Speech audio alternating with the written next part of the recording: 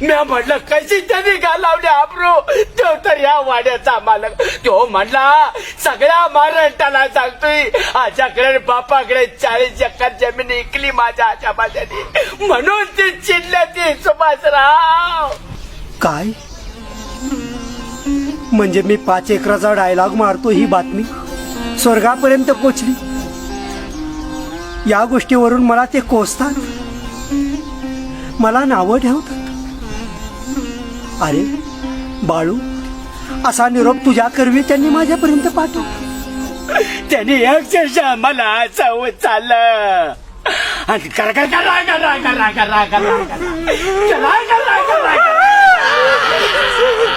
असं फिरवत होता समाजला.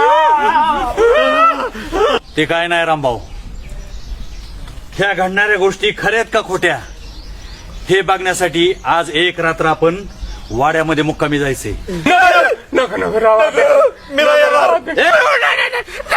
नाही बाबा आता आपण नाही येणार. गोंधळ घालू नका अजिबात. आज एक रात्र वाड्यामध्ये मुक्कामी जायचंय म्हणजे जायचंय. मला नका नेऊ. काय पाटील, एक रात्र आज आपण मुक्कामी वाड्यामध्ये जायचं. नको नको नको सुभाषराव तुम्ही एकटं जावा, तुम्हाला एकट्यालाच विश्वास नाही सुभाषराव. आम्ही नाही जाणार, मी गाव सोडीन पण मी गावात राहणार. अध्यक्ष मी भाऊला एकटाच आहे, मी नाही जाणार. मी जातो पाटील कुठं? मी जातो